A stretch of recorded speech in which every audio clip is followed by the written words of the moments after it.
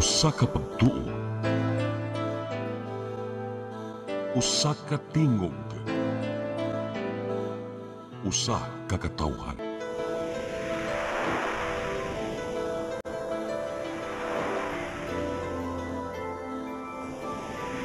Cebu Catholic Television Network.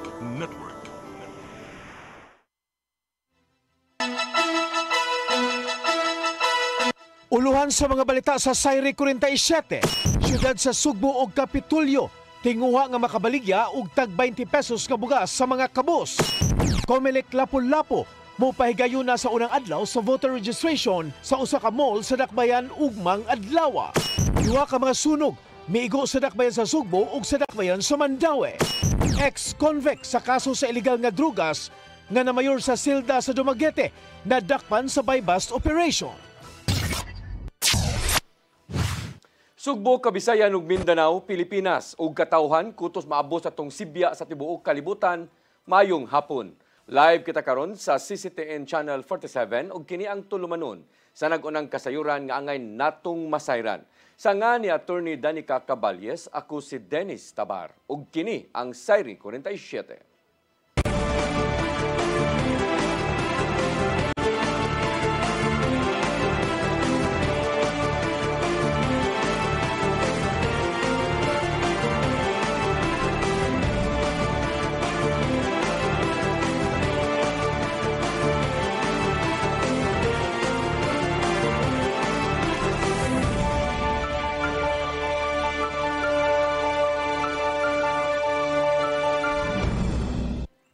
O karon sa kumpletong detalye sa atong mga balita, kagamanan sa Dakbayan sa Sugbo o Kapitulyo nakig-alayo na sa Food Terminal Incorporated aron makabaligya og tag 20 pesos nga bugas sa mga kabus. Usa sa mga gihatagan nila og konsiderasyon mao ang subsidy nga ilang mahatag. Ang kasayuran ihatod ni Gian Navarro. Padayon ang panagsabot sa Cebu City Government o Cebu Provincial Government ngadto sa Food Terminal Incorporated aron makasugod na usab sa pagpamaligya og tag 20 pesos kada kilo nga bugas ngadto na sa mga kabus. Gibutyag ni Mayor Nestor Archival nga giandam na ang draft version sa Memorandum of Agreement tali sa LGU ug sa Food Terminal Incorporated. Kinalang maaprubahan una sa konseho ang maong kasabutan una pa kini mapirmahan ni Archival kuyog ang kadagkuan sa FTI. Nasayran nga ang LGU mupalit og supply sa NFA rice ngadto sa FTI. Nahibaw ko nga gikan sa council atong Tuesday naa nakaron sa opisina ni Konsehal June Alcover. So hopefully na ay siya report kay naamang gutay kuan nato natay share.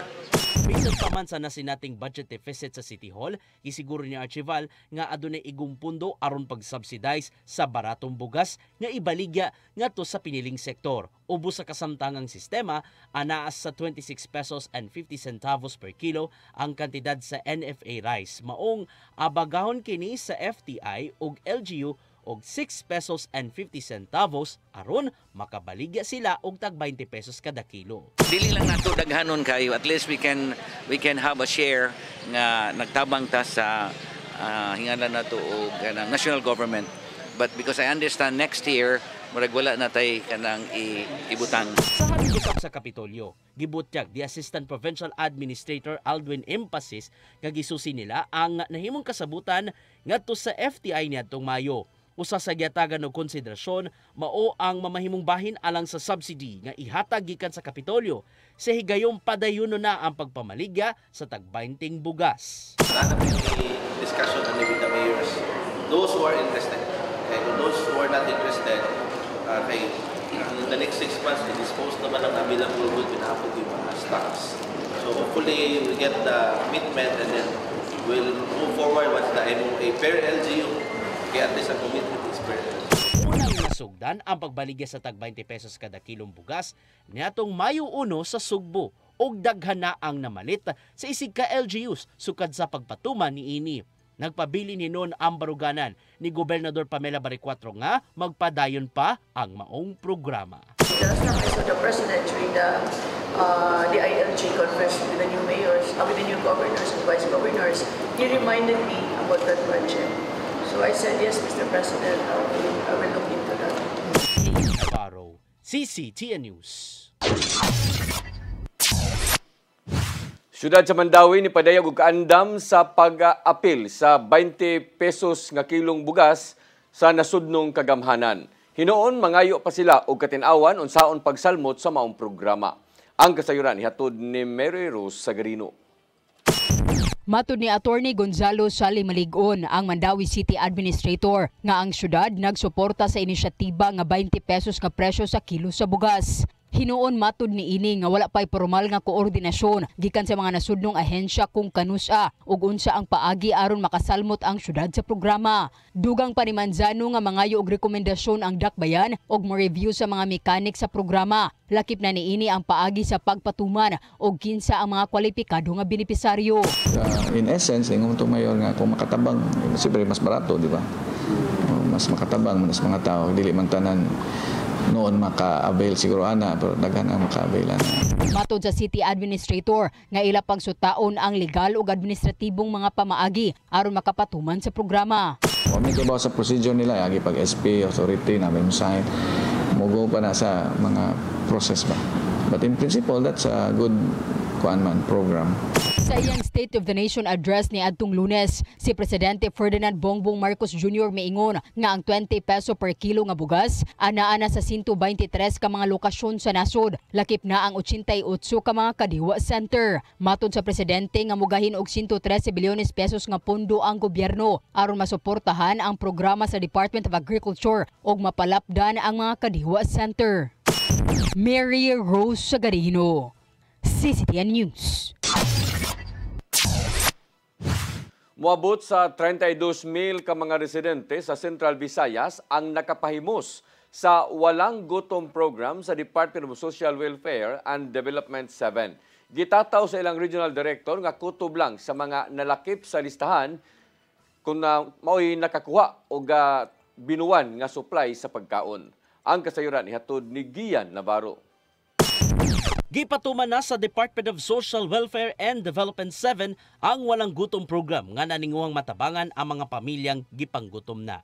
Gilusad usab karong adlaw ang rollout sa tag 20 pesos kada kilo nga NFA rice nga mahimo mapalit sa mga beneficiary sa Walang Gutom program isip kabahin sa pagpalapad niini. Mong gipaymuslan kini sa 52 ka mga beneficiaries gikan sa syudad sa Sugbo ug dakbayan sa Talisay ang supply sa pagkaon gikan sa DSWD-7 ug mga accredited merchants ug cooperatives. Ang matag beneficiary adunay binuwan nga subsidy nga tag 3,000 pesos ug i-deposito kini sa ilahang nga EBT kon electronic beneficiary transfer cards aron makapalit og bugas, mga utanon ug uban pang sustansyadong pagkaon nga magamit sa pamilya. Apil sa mga nakapangumpra mao si Juliet Galven nga taga Barangay Kansohong, dakbayan sa Talisay. Dako kini og ikatabang alang siyang pamilya ilabi na nga adunay gihambing balatian ang iyang bana. So kanina ko na kaining tabang na mo kay may magutman. Salamat kayo sa DSWD. Gipunyag ni DSWD-7 Director Charlene Marie Lucero nga naa sa 32,000 ka mga tao ang mahimo makapaymos sa Walang Gutom program diin apil na ang Negros Oriental ug Siquijor. Gitataw niya nga malaki pinon sa mong programa ang mga food poor families diin dili paigo ang kinitaan aron makapalit og sustansyadong pagkaon. Kinahanglan usab nga malakip sa listahanan 3 ang matag beneficiary o wa pa nakapaymos sa ubang programa sa DSWD-7 ilabi na ang 4Ps. And they are found and assessed and verified to be food poor, mauni sila ang beneficiary sa Walang Gutom program. Walay magdubli. In fact, ang 4Ps beneficiaries dili pwede sa Walang Gutom program. Kampanya sa DSWD-7 ang pagbaton og saktong nutrisyon sa pamilya hangtod nga makalingkawas na sila sa kalisod ang matag beneficiary. There is already funding allotted for the current target, which is 300,000. And by year 2028, it is expected that we will be able to serve 750,000. Nagkalayo na ang DSWD-7 sa Cebu City Government ug Cebu Provincial Government alang sa Walang Gutom Kitchen aron pakanon ang mga gipanggutom nga kabos. Hinungdan nga gikalipay ni Mayor Nestor Archival ang mong programa mong subsob ang ilang collaboration aron matukod na ang maong kan-anan. DSWD ug ang city government with the help of the provincial government nga makahimo ta og kitchen dinhi sa atong syudad para ang mga tao nga walay kaon makaadto na ditong dapita mo nay klaro nga walay gutom. Navarro, CCTN News. Dili pagyud makapadayon ang Department of Public Works and Highways sa gihimong access road project sa Inayawan o Gakugon Pardo ning syudad sa Sugbo nga nakatandog sa mga bakhawan. Gipasabot ni Mayor Nestor Archival nga magpabilin ang iyang kamanduan sa pagpahunong ngadto sa DPWH Cebu City Engineering District ug iyang kontraktor kunway ikapakitang pamaagi unsaon pagsalbar sa mga bakhaw diha sa mao nga dapit. Gisitahan ni Cebu City sa Cebu Kagamahanan sa Dakbayan sa Sugbo ang maong proyekto tungod kay wa sila gihatag nga environmental permits o clearances ngadto sa DPWH. Usa sa mga gipasalig gikan sa kontraktor nga gitun-an na nila nga nilang Archival mao ang pagpananom o mangrove aron mailisan ang mga nangaguba nila tungod sa pagbutang og daghan na nga mga anupog.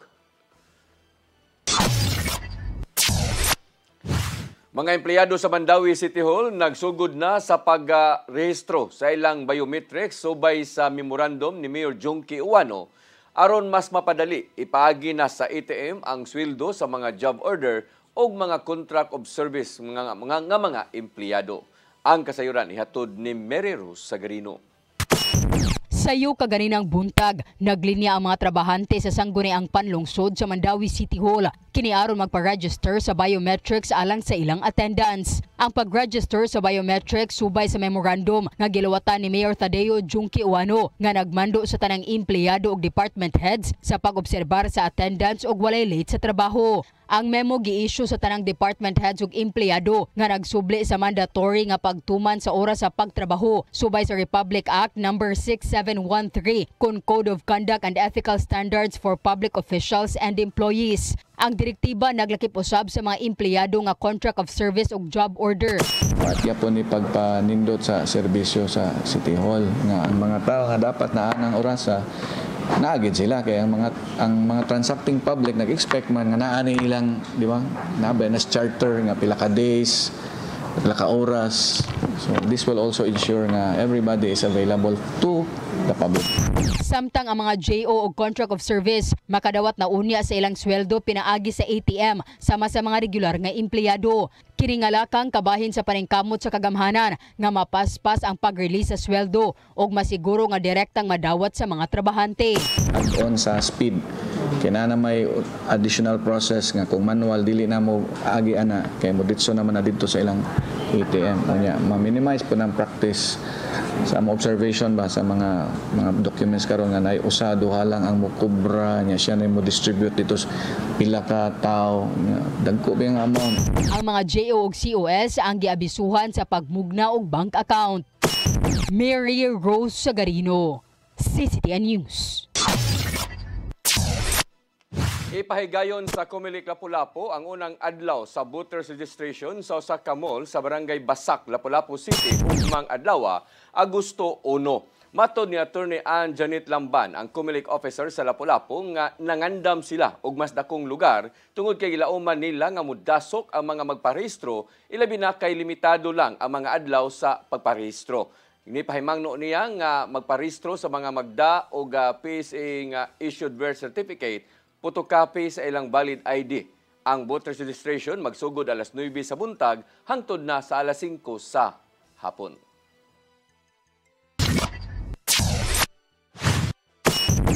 Mosunod, duha ka mga sunog migo sa Dakbayan sa Sugbo ug sa Dakbayan sa Mandawi. Kana og daghan pa mga balita sa pagbalik sa Sayri 47.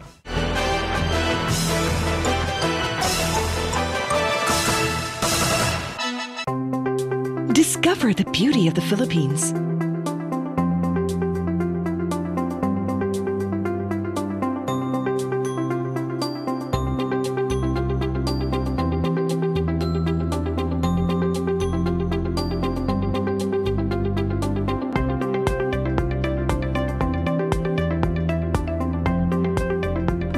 Philippine Airlines, the country's flag carrier.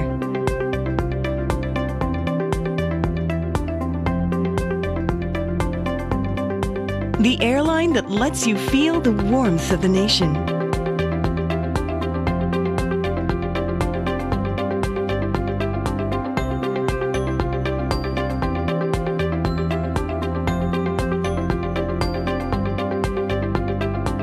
Mabuhay!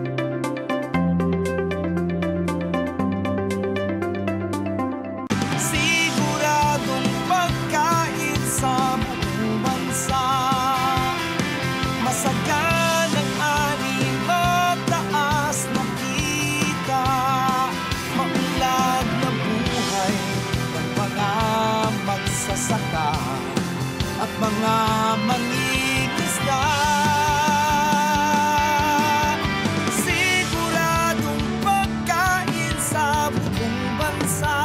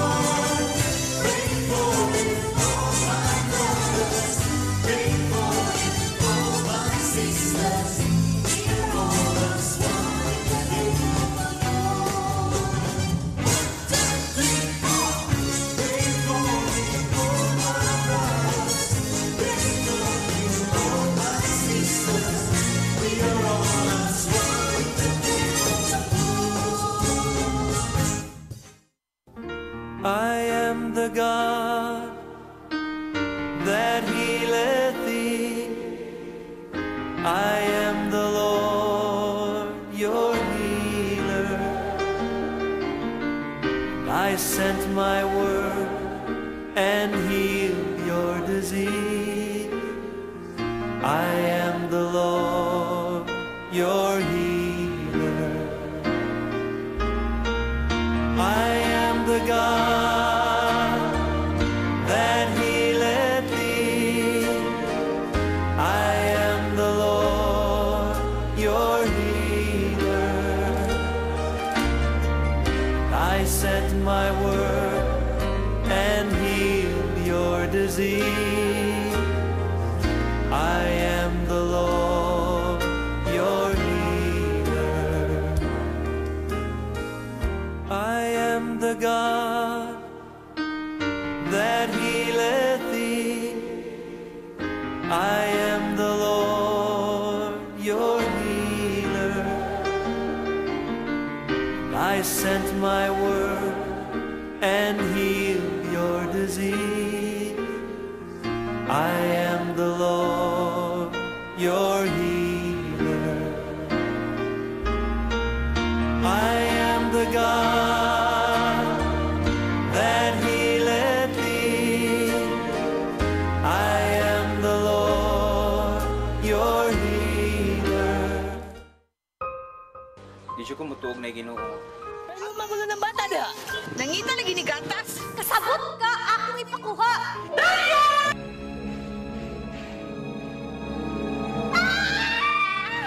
Ug naa sa unang Timoteo 3:15 nga ang iglesia sa buhi nga Dios mao iyang panimalay ug mao ang haligi ug sukaranan sa kamatuoran. Mayo! Asa tayo? May hatag lang unta kong gatas para sa inyong anak. Basin kadahong ka nga ikaw ang gwapa sa tibok kalibutan. Unsay reparation, Monsignor? Buhi ka laing bata aron mabayaran ang imuhang nahimo nga dakong kasalanan.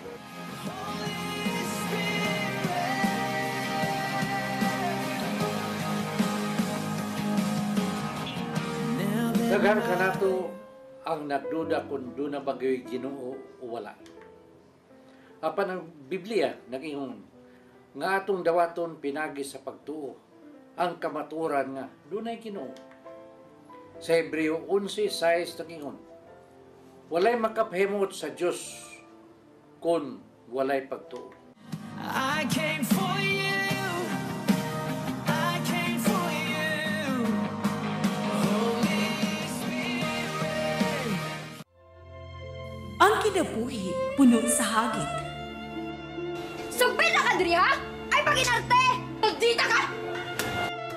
Puno sa pangutana. Bata pa gani ka kayo? Nagpuyab-uyab na ka? Kinsa man ang muhang masakitin nato din ay karoon ha? Kinsa! Kung sibuti mo'y pasabot, Daddy.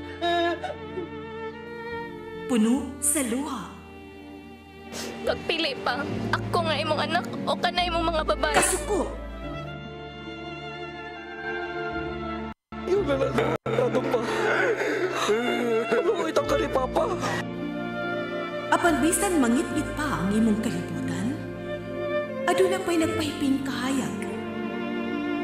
Aduna ka pa'y kasumbungan. Mga laman, hanap na. Dear Tatay, Tunog na unlod na. Nganong handungan. Way laing pagi aron masabtan nato ang Biblia. Kinanglan nga doon natay relasyon kang Hesus. Hangtod sa layan natong panaguban, daghang salamat. Shalom. Tunog na unlod na.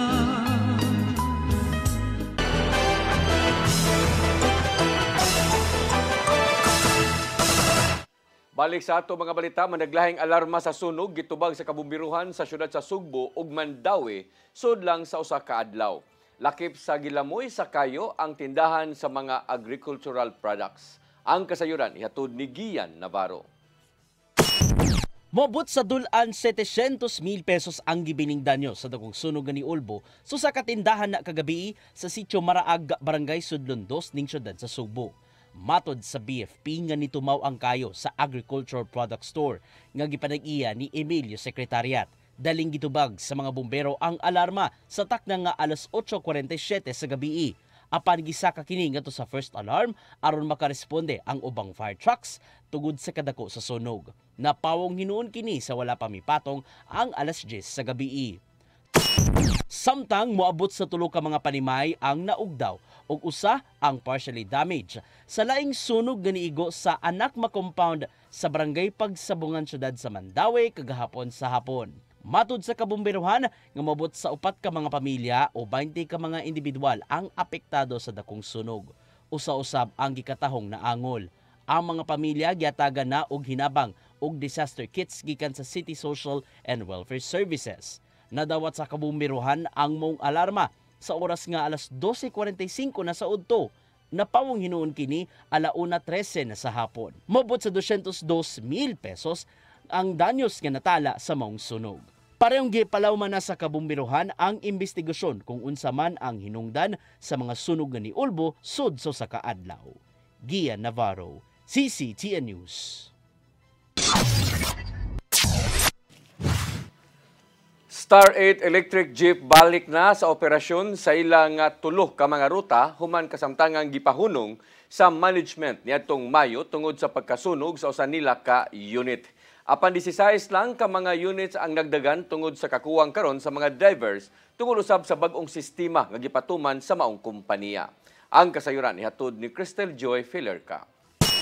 Balik operasyon na sugod niadtong Hulyo 5 ang Star 8 electric jeep human temporaryong gihunong sa management niini ang ilang operasyon niadtong buwan sa Mayo tungod sa pagkasunog sa usa sa ilang mga units niadtong Mayo 13. Apan matud ni Dennis Fernandito Solon, ang fleet manager sa Star 8, nga sa kasamtangan ang head office nila mo'y nagda silang operasyon dinhi sa dakbayan sa Lapu-Lapu ug adunay mga pagbago sa sistema. Sa wa pa nahitabo ang pagkasunog sa usa ka unit, 35 ka mga units nila ang nagdagan sa tulo ka mga ruta. Apan sa pagkakaron, 16 na lang nila ka units ang nagdagan. Napo ka units ang nagdagan sa rutang IT Park paingon sa dakbayan sa Lapu-Lapu, 4 ka units sa Lapu-Lapu Loop ug 2 ka units sa Lapu-Lapu City paingon sa lungsod sa Cordova. Kini tungod kay sumapa ni Solon nga sa pagkakaron nagkuwang sila og drivers, tungod kay napo na lang nila ka mga drivers ang nibalik, samtang unom ang mga bag-ong drivers tungod sa bag-ong sistemang gipatuman nga mao ang boundary system kung diin mag-abang na ang mga drivers sa ilang paggamit sa unit matag adlaw. Nagsunod lang sad na sila kanang gipadadiri sa head office nga mga Tagalog nga mo na ipa-boundary lang sa nila. So gitangtang to nila ang katong sweldo jud nga monthly. Muna gamay ra sa ini sukol aning boundary kay muna maglisod lagi kuno sila sa kuan abang. Usa sa mga drivers nga nibalik mao si Ronald Amil nga unom na katuig nga driver sa maong kompanya. Matud niyang nalipay siya nga nakabalik siya sa iyang trabaho taliwa pa man sa gipatuman nga bag-ong sistema. Mas maayo gitong namin sweldo ma'am kay ay makadako bikita mas labi gud ang gamay kay daga ko rambos kay amo Egypt man battery man hinay magigdagan. Amo lang gagwanta ang kota na mo ang Audi abang na mga 5,000. Hinuon gidugang ni Solon nga bisan og dili na regular ang pagbalik sa mga driver sa ilang trabaho, nagpabilin gihapon ang mga benepisyo nga ilang natagamtaman kaniadto isip mga regular nga empleyado. Sa 64 ka mga empleyado sa mong kompanya, napo na lang ka mga regular ang nakabalik sa ilang trabaho. 7 ang ana sa maintenance samtang 3 ang naa sa opisina. Crystal Joy Filerca, CCTN News. Samtang nasuta na sa Lapu-Lapu City Fire District ang hinungdan sa pagkasunog sa Star 8 Egypt niadtong Mayo 13 diha sa barangay Marigondon tungod sa wire nga gikan sa Egypt nga nagsumpay usab sa battery niini. Matud ni FO1 Vincent Ray Reyes, ang fire investigator, nga sa inisyal nila nga investigasyon, ang battery mao'y nakitang hinungdan sa mao nga sunog. Apan nagpada sila og sample sa wire sa battery o wire sa bus ngadto sa ilang laboratory sa kauluhan ug didto nasuta nga ang positibo gyud nga ang wire sa bus nga didto sa nagsugod ang kayo. Ang wire dito to siya nag-connect sa sakyanan dayon. Dito konekta sa battery. Mo to ang kanang dito nagsugod sa wire ang kuan kayo. Nagpadayon ang duha ka mga dagkong energy infrastructure projects sa National Grid Corporation of the Philippines kun NGCP dinhi sa Sugbo. Kini mao ang Cebu Lapu-Lapu 230,000 volt transmission line project o ang Lapu-Lapu 230,000 volt substation project, ang tubag sa nagkadako nga power demand dinhi sa Sugbo. Katuyuan niini mawaron maangkon ang mas reliable og power stability dinhi sa Sugbo. Gitug-an ni Michael Bailuses, ang manager sa NGCP Visayas Transmission Planning, nga 68% nang kumpleto ang Cebu Lapu-Lapu project.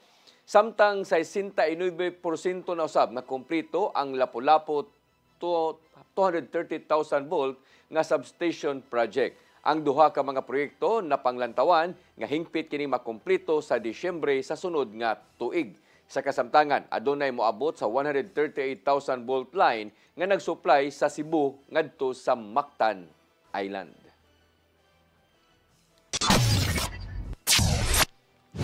Gihulagway ni Tourism Secretary Cristina Garcia Prasco nga ang Mactan Cebu International Airport mo'y naghulma sa pagpalambo sa turismo sa Sugbo ug sa Pilipinas. Sa ika-35 nga anibersaryo sa Mactan Cebu International Airport Authority, gipasigarbo ni Prasco ang nahimong paglambo sa tugpahanan pinaagi sa mga international direct flights paingon sa Sugbo. Hinungdan nga niabot na sa 3.86 trillion ang tourism receipt nga natala sa Department of Tourism niadtong 2024. Gipasalamatan ni Prasco ang mga kadagkuan sa tugpahanan tungod sa ilang kontribusyon. Samtang nipasalig ang General Manager o CEO sa MCIAA nga si Julius Neri Jr. nga padayunon pa ang pagpalambo aron mas matagamtaman pa sa tanan ang world-class nga serbisyo sa tanang mga pasahero. Sa laing balita, suportado ni Gobernador Pamela Baricuatro ang balaodnon ni Senador Francis Chis Escudero nga did-an ang malambigit sa mga proyekto ang mga kabanay sa matag opisyal sa gobyerno. Matod ni Baricuatro nga kini aron malikayan ang nepotismo. Subli niyang gihimug-atan nga dili gyud himuong negosyo ang gobyerno tungod lang sa giingong bahin nga makuha sa mga opisyal gikan sa supplier o kontraktor. Daana nga mipasalig si Baricuatro nga mas ipalabi nila ang transparency sa panggobyerno diha sa Kapitolyo. Dinusa niini mao ang live streaming sa matag bidding process.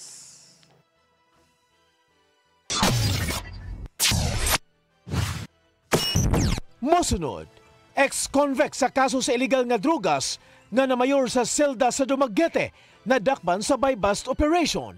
Kanaog dagan pa mga balita sa pagbalik sa Sayre 47.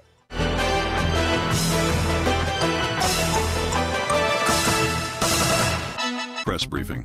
Midweek reset. Real talk. From headlines to hot takes. This is Press Briefing, the show that has it all. Midweek, we cut through the noise and bring you the stories that actually matter. News, views, insider scoops, straight from the source. Right from the horse's mouth. Politics, public issues, community concerns, and controversy. We break it down. No filter, no filler. Press Briefing. Sharp, fearless, always relevant. Brought to you by the Cebu Press Club. Beyond the headlines, we are Cebu's voice. We are the voice of truth and reason in every town, in every season. With pens of light, we draw the line for justice, peace, and stories fine. Cebu Press Club, our banner flies beyond the noise, beneath the skies. Integrity, our steadfast.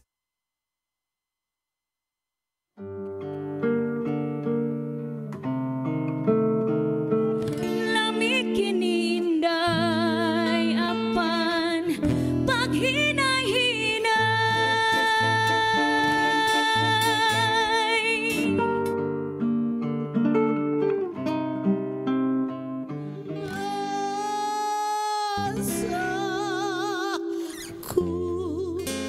Sa kulay ka pangitaan karon kay ikaw day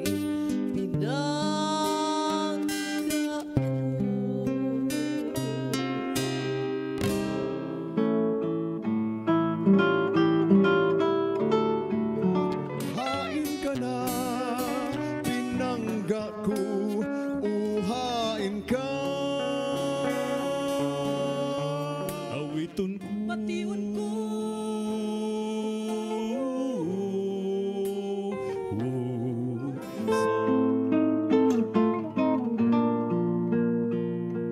Dihay Pinay namin yo og hapon, hapon nga tigulang og hubakon.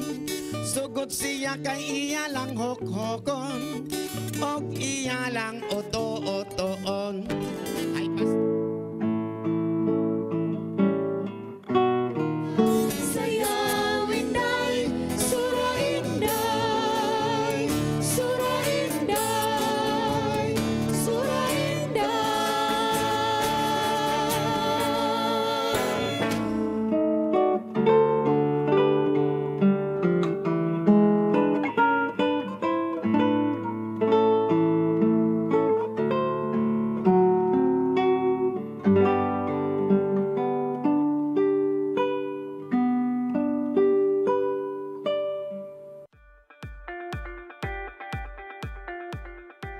Congratulations! Nunito Tatay Dodong A. Lemchua, awarded as Cable TV Maverick, Father of Cable TV in the Philippines, given by Philippine Cable and Telecommunications Association Incorporated, PCTA, from Phil Products Group of Companies.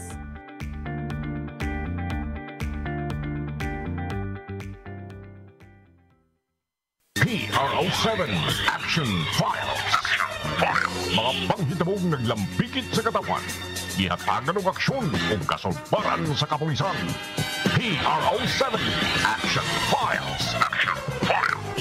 Base sa talaan sa Police Regional Office 7, nakatakoy padayong gisubay at taganong katinawan, pinahagid ng maong tulumanon. PRO7 Action Files. Abang kaninyo sa Police Regional Office 7 o NTV CCTN.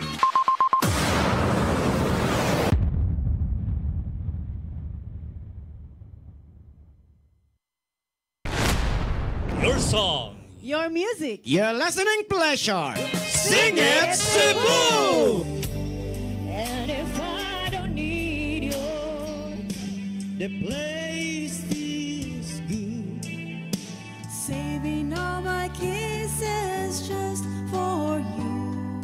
Jody was the girl who lived next door. You got me jumping like a crazy clown, and I don't think you're right to put it down. Since I kiss you, love your lips so wide, the things that bothers me is that you like it fine. Hey, hey, set me free. Stupid Cupid, stop picking on me.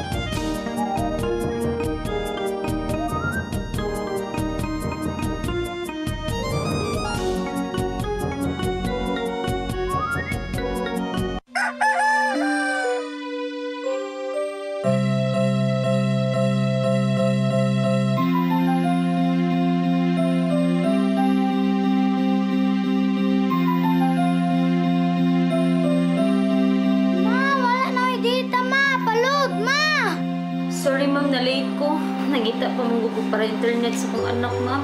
Ay, wala na yung problema. Pag Sinisibu! Sinisibu, Sinisibu. For your internet connection. And for the signal of your cable TV. So fast and straight, the transmission to your home. Sinisibu! Sinisibu, Sinisibu. Offers you to have fiber optics.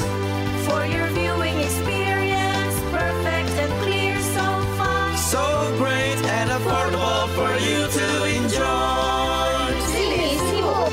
Sinisibu Television Network Incorporated offers fiber to the home broadband internet bundled with fiber to the home cable TV connection. Sinisibu Television Network Incorporated, with its operation in Metro Cebu and the whole province of Cebu soon. And affordable for you to enjoy. Sinisibu! Ang kinabuhi, puno sa hagit. Sugpil na ka, Dri, ha? Ay, paginarte! Pagdita ka! Puno sa pangutana. Bata pa gani ka kayo? Nagpuyab-uyab na ka? Kinsa man ang mga masakitin nato din ay karon ha, kinsa! Kung si buti mo'y pasabot na di. Puno sa luha. Nagpili anak o kanay mong mga babae. Suko! Yung nananado pa. Ano itang ka ni Papa? Apan bisan mangit-ngit pa ang imong kalibutan, aduna pa'y nagpahiping kahayag. Aduna ka pa'y kasumbungan. Mga laman, hanap na. Dear Tatay, Tunog na unlod na. Nganong handungon na.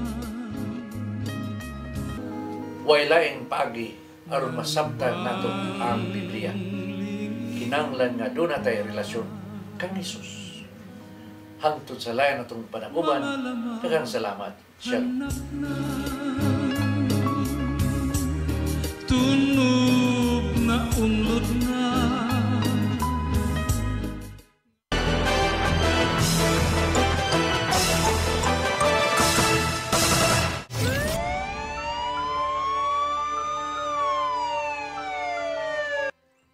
Balik sa ato mga balita, ex-convict nga nahimong mayor sa Silda sa Novagiti City Jail nadakpan sa buy-bust operation sa Minganilla Police Station. Kapin sa usa ka kilo nga shabu nga mukatidad og dulan 7 milyones ka pesos na sakmit sa operasyon. Ang kasayuran ihatod ni Arnold Bustamante. Di ay ex-convict nga nahimong mayor sa Selda nga taga Negros Oriental nga niadto lang nga 2024 nakagawa sa bilangguan sa kaso gihapon sa illegal nga drugas ang nadakpan sa ginusog nga buy-bust operation sa Minglanilla Municipal Police Station alas 9:57 kagabi sa sulod sa usa ka subdivision sa barangay Tungkil sa lungsod sa Minglanilla, probinsya sa Sugbo. Ang nasikop nila nga si Joven Reso, 39 anyos nga taga barangay Tandayag, Amlan, Negros Oriental. Nasakmit sa mga sakop sa Station Drug Enforcement Unit sa Minglanilla Municipal Police Station ang napulo ka bulto sa kituang shabu nga motimbang sa 1,025 grams nga doon standard drug price nga 6,970,000. Lakip sa nasakmit ang buy-bust money ug ang mga ebidensya sama sa mga puto sa gituang shabu nga giduso na sa Cebu Provincial Forensic Unit 7. Mato ni Police Major Aries Autida, ang hepe sa Minglanilla Municipal Police Station, nga dulan sa usa ka buwan nila nga gimonitor si Reso sa dihang ilang nadawat ang kasayuran nga doon tighulog sa shabu nga dinaghan sa barangay Tungkil. Silang nakuha ang tanang impormasyon og kung kano sa mo deliver og supply sa illegal nga druga sa suspitsado gilo sa dayon ng buy-bust operation. Gitugan ni Autida nga nadakpan na si Reso sa kaso sa illegal nga drugas nitong 2009 diin na bilanggo sa Dumaguete City Jail og nakaserbisyo sa sentensya sa salaod sulod sa 7 ka tuig. Diin itong 2024 lang nakagawas. Siyang paglaya, nibalik ni siya nga naandang nga trabaho, din siya aga modawat sa supply sa illegal nga drugas gikan sa Aboyo Leyte nga gipadala paingon sa dakbayan sa Dumaguete og giyausab ning ibiyahe paingon sa probinsya sa Sugbo. Ang iyang area of distribution mao ang tibuok southern part sa probinsya sa Sugbo o sa siyudad sa Sugbo. Kalapasan Section 5 ug 11, Article 2, Republic Act 9165 ang ipasakang nga kaso batok sa suspitsado. Arnold Bustamante, CCTV. Nadakpan sa head guard sa South Bus Terminal ang usa ka lalaki nga nagshabu o nagsuyop og shabu sud sa Pansayan karong nga hapon. Matod sa Carbon Police Station nga samtang nagrubing si Alana Nokiao, iyang naabtan si Brian de la Torre del Puerto, 29 anyos nga taga-dakbayan sa Karkar nga nagshabu sud sa CR sa mga babay. Dali niya kining gisignit og nakuha pa ang mga drug paraphernalia sama na lang sa lighter, aluminum foil o gihimo nga toter ingon man panel. Misaysay ang dinakpan nga nagpatabang o nagtabang-tabang siya og paninda og noodles diha sa tabo sa banay o padong naunta kining mopauli sa dakbayan sa Karkar. Kalapasan sa Republic Act 9165 ang atubangong kaso sa dinakpan. Manatiayon nga nagpadagan og drug den sa barangay Basak Pardo, nadakpan sa buy-bust operation sa PDEA 7. Lakip sa nadakpan ang usa ka construction worker nga naatlan nga naghingos og shabu sud sa mao nga suyupanan. Ang kasayuran ihatod ni Arnold Bustamante.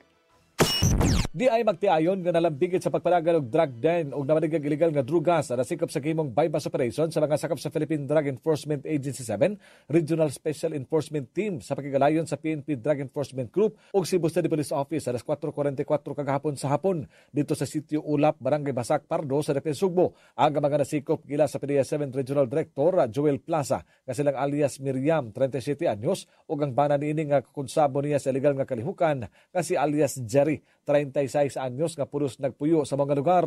Lagip sa nadakpan ang construction worker nga si alias Real, 49 anyos nga residente sa Barangay Dawi Sur, lungsod sa Carmen, nga natlan nga nagsuyop og shabu sa sulod sa drug den. Nasakbit sa mga operatiba ang mga pinakiti sa gituang shabu nga mutimbang sa 15 gramos nga doon valor nga 102,000 pesos. Lagip sa nakuha ang mga ebidensya sa bypass money ug nakalain-laing drug paraphernalia nga ginuso na sa PDEA 7 Regional Office Laboratory alang sa himuon nga chemical analysis. Mato ni Lia Alcantara, ang information officer sa PDEA 7, nga duha ka semana nila nga gipaubos sa case build-up ang magtiayon human makadawat og impormasyon gikan sa usa ka concerned citizen nga nagpadagan kining drug den. Base sa kasayuran nga nadawat ang PDEA, makabaligya ang duha og 20 ngadto sa 30 gramos nga shabu matag semana gikan sa nag-supplier. Ang madakpan nga nagpadagan og drug den, magkatubang kining kaso nga ang silot dunay maximum penalty nga pagkabilanggo sa tibok kinabuhi ug multa nga 500,000 pesos ngadto sa 10 million pesos. Samtang ang madakpan nga nasa sulod sa drug den, dunay silot nga pagkabilanggo sulod sa 12 ka tuig ug usa ka adlaw ngadto na sa 20 ka tuig ug multa nga 100,000 pesos ngadto sa 500,000 pesos. Arnold Bustamante, CCT News. Tulo ka mga lalaki nga nalambigit sa gun running ang nadakpan sa buy-bust operation sa mga sakop sa PNP CIDG sa Barangay Calamba, Dakbayan sa Sugbo, kaganinang kadlawon. Giila ang mga dinakpan nga silang Gary Pepito Aliviado, Richard Labiste o Nino Lito Maro Gastador. Nakuha gikan kanila ang kalibre 45 nga pistola nga dunay magazine o nga 9mm pistol lakip na ang buy-bust money. Gipaubos na sa investigasyon sa kapulisan ang tulo kung asa sila nga magkuhaan og supply sa mga paltik nga armas nga mo'y ilang ibaligya.